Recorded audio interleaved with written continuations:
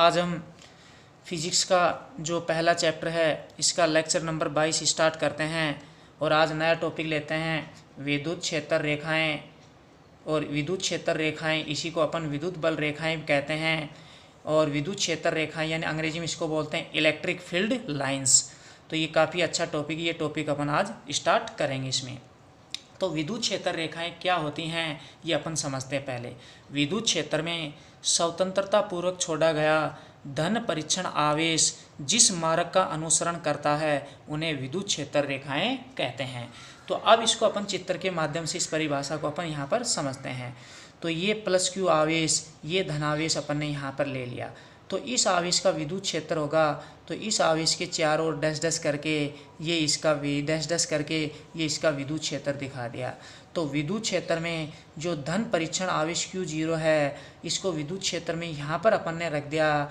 तो इस धनावेश के कारण ये जो धन परीक्षण आवेश Q0 धनात्मक है, तो इस धनावेश के कारण इस धनावेश पर प्रतिकर्षण बल लगेगा, तो ये ऐसे गति करेगा, इस मार्ग का अनुसरण करेगा, तो ये क्या होगी, विद्युत क्षेत्र रेखा होगी। Q0 अत्यंत लघु धनात्मक आवेश होता है, तो जब इसको यहाँ पर रखते हैं तो इसके कारण इस पर प्रतिकर्षण बल लगता है, तो ये ऐसे गति करता है। अब धन परीक्षण आवेश Q0 को अपन विद्युत क्षेत्र में यहाँ पर रखेंगे, तो इस आवेश के कारण इस पर प्रतिकर्षण बल लगेगा, तो ये ऐसे गति करेगा, तो इस मार्ग का अनुसरण करेगा, तो ये विद्युत क्षेत्र रेखा। तो इसी प्रकार धन परीक्षण आवेश Q0 को यहाँ पर विद्युत क्षेत्र में रखते हैं, तो इस मार्ग का अनुसरण करेगा, ये विद्युत क्षेत्र रेखा। धन परीक्षण आवेश Q0 को विद्युत क्षेत्र में यहाँ पर रखते हैं, तो इस मार्ग का अनुसरण करेगा, ये विद्युत क्षेत्र रेखाएं, तो ये विद्युत क्षेत्र रेखाएं होगी। और धनावेश के कारण जो विद्युत क्षेत्र की दिशा बाहर की ओर होती है, तो जो विद्युत क्षेत्र रेखाएं ये भी क्या है, बाहर की ओर, तो इसकी दिशा बाहर की ओर रही है। अब धनावेश ये जो प्लस क्यू आवेश है इसकी जगह क्या हो सकता है, माइनस क्यू आवेश भी हो सकता है, ऋणावेश भी हो सकता है। तो अब ये ऋणावेश ले लिया, तो इस आवेश का क्या होगा, इसके चारों ओर ये डैश डैश करके विद्युत क्षेत्र दिखा दिया, तो इसका ये विद्युत क्षेत्र होगा। अब इसके विद्युत क्षेत्र में ये बिंदु ले लिया, तो जो धन परीक्षण आवेश Q0 इसको अपन विद्युत क्षेत्र में यहाँ पर रखेंगे, तो ऋणावेश के कारण धनावेश पर आकर्षण बल लगेगा, तो ये क्या होगा, इसकी ओर आकर्षित होगा, ऐसे गति करेगा, इस मार्ग का अनुसरण करेगा, तो ये विद्युत क्षेत्र रेखा होगी। Q0 अत्यंत लघु धनात्मक आवेश होता है, इसका परिमाण बहुत कम होता है, तो इसकी ओर आकर्षित होगा, तो ये गति करेगा, और ऋणावेश के कारण आकर्षित होगा ये, तो ये हो गया। अब ये जो विद्युत क्षेत्र है, तो धन परीक्षण आवेश Q0 को विद्युत क्षेत्र में यहाँ पर रखते हैं, तो इसके द्वारा इस पर आकर्षण बल, तो इस मार्ग का अनुसरण करेगा, तो ये विद्युत क्षेत्र रेखा।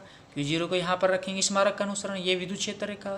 Q0 को यहाँ पर रखा, तो इस मार्ग का अनुसरण करेगा विद्युत क्षेत्र में, तो ये विद्युत क्षेत्र रेखा होगी यहाँ पर, तो ये हो गया।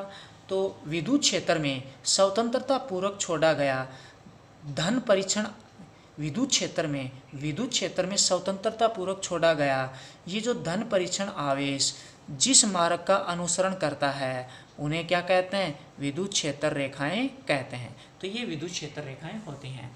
तो ये हो गया। अब अपन स्टार्ट करते हैं, जो अपन ने विद्युत क्षेत्र रेखाएं पढ़ी हैं इनके गुण धर्म क्या क्या होते हैं वो अपन पढ़ते हैं। तो विद्युत क्षेत्र रेखाओं के गुण धर्म, इसमें से कई बार क्वेश्चन आ जाता है, अच्छा टॉपिक है ये। तो पहला गुणधर्म अपन देखते हैं। तो पहला गुणधर्म क्या होता है, विद्युत क्षेत्र रेखाएं धनावेश से ऋणावेश की ओर चलती हैं। तो यहाँ पर ये प्लस क्यू आवेश धनावेश है, माइनस क्यू आवेश यहाँ पर ऋणावेश है। तो विद्युत क्षेत्र रेखा धनावेश से ऋणावेश की ओर चल रही है।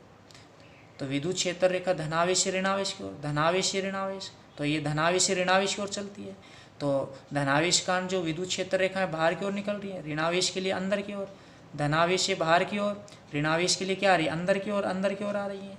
धनावेश कारण विद्युत क्षेत्र रेखाएं बाहर की ओर निकल रही हैं, तो ये बाहर की ओर, तो ये अंदर की ओर, ये बाहर की ओर, तो ये अंदर की ओर, ये बाहर की ओर, तो ये अंदर की ओर। तो धनावेश कारण विद्युत क्षेत्र रेखा बाहर की ओर, तो ऋणावेश के लिए क्या आ गई, ये अंदर की ओर आ गई। तो धनावेश कारण विद्युत क्षेत्र रेखा बाहर की ओर, तो ऋणावेश के लिए अंदर की ओर आ गई। तो ये हो गया। तो ये पहला गुणधर्म हो गया। और जब विद्युत क्षेत्र रेखाओं के उदाहरण पढ़ेंगे तो वहाँ पर इसको और अच्छे से अपन वहाँ पर समझेंगे। अब दूसरा गुणधर्म अपन देखते हैं, विद्युत क्षेत्र रेखा के किसी भी बिंदु पर खींची गई जो स्पर्श रेखा है वो उस बिंदु पर परिणामी विद्युत क्षेत्र की दिशा को व्यक्त करती है। तो मैंने मान लिया ये कोई विद्युत क्षेत्र रेखा है, ये कोई विद्युत क्षेत्र रेखा है, तो ये विद्युत क्षेत्र रेखा है। तो विद्युत क्षेत्र रेखा के ऊपर बिंदु ए यहाँ पर ले लिए, ये बिंदु ए है। तो इस बिंदु ए पर इस विद्युत क्षेत्र रेखा को स्पर्श करती हुई स्पर्श रेखा मैंने यहाँ पर खींच दी। तो ये जो खींची गई स्पर्श रेखा है विद्युत क्षेत्र रेखा के इस बिंदु पर परिणामी विद्युत क्षेत्र की दिशा को बताती है कि बिंदु ए पर यहाँ पर परिणामी विद्युत क्षेत्र की ये दिशा होगी, ये तो ये सदिश ही होगा। अब विद्युत क्षेत्र रेखा के ऊपर ये बिंदु ले लिया, इस रेखा पर इस बिंदु पर ये स्पर्श रेखा खींच दी, तो इस बिंदु पर परिणामी विद्युत क्षेत्र की ये दिशा, तो इस बिंदु पर विद्युत क्षेत्र की ये दिशा होगी, तो ये सदिश ही, तो ये हो गया। तो ये 2 गुणधर्म हो गए। अब अपन इसके अंदर लेते हैं, अब अपन इसके अंदर तीसरा गुणधर्म लेते हैं। तीसरा गुणधर्म क्या होता है? 2 विद्युत क्षेत्र रेखाएं आपस में कभी नहीं काटती हैं, कभी भी नहीं काटती हैं। मैंने मान लिया कि 2 विद्युत क्षेत्र रेखा, जैसे मान लेते हैं कि 2 विद्युत क्षेत्र रेखाएं मान लो आपस में काट रही हैं, तो जो कटान बिंदु है उस पर दोनों विद्युत क्षेत्र रेखाओं के लिए 2 अलग अलग स्पर्श रेखाएं खींचेंगी और दोनों स्पर्श रेखाएं उस एक कटान बिंदु पर 2 विद्युत क्षेत्र की दिशाओं को व्यक्त करेंगे। तो उस कटान बिंदु पर अलग अलग 2 स्पर्श रेखाएं खींचेंगी, तो उस कटान बिंदु पर विद्युत क्षेत्र की 2 दिशाएं होंगी। विद्युत क्षेत्र सदिश राशि होती है, तो एक बिंदु पर विद्युत क्षेत्र की एक ही दिशा होगी। तो यहाँ से स्पष्ट होता है कि 2 विद्युत क्षेत्र रेखाओं का आपस में काटना संभव नहीं है। तो अब इसको चित्र के माध्यम से समझते हैं। ये मैंने मान ली पहली विद्युत क्षेत्र रेखा ये है, ये एक मैंने मान ली ये दूसरी विद्युत क्षेत्र रेखा ये ऐसे ये है, तो ये 2 होगी।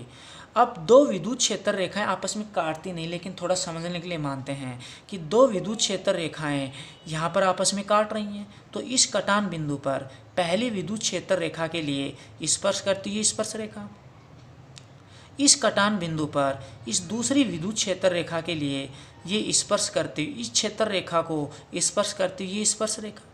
तो इस कटान बिंदु के ऊपर विद्युत क्षेत्र की एक दिशा है, इस कटान बिंदु पर विद्युत क्षेत्र की एक दूसरी दिशा है। तो एक ही कटान बिंदु के ऊपर विद्युत क्षेत्र की 2 दिशाएं आ गई यहाँ पर, लेकिन विद्युत क्षेत्र तो सदिश राशि होती है। तो एक बिंदु पर विद्युत क्षेत्र की जब एक ही दिशा होगी, क्योंकि सदिश राशि होती है, तो एक बिंदु पर जब विद्युत क्षेत्र की एक दिशा होगी तो 2 विद्युत क्षेत्र रेखाएं आपस में कभी भी नहीं काटेंगी, इनका आपस में काटना संभव नहीं है। तो ये हो गया। तो ये 3 गुणधर्म हो गए। अब अपन चौथा गुणधर्म पढ़ते हैं। विद्युत क्षेत्र रेखाएं जहाँ से निकलती हैं और विद्युत क्षेत्र रेखाएं जहाँ से चलती हैं और जहाँ पर मिलती हैं दोनों जगह पृष्ठ के लंबवत होती हैं।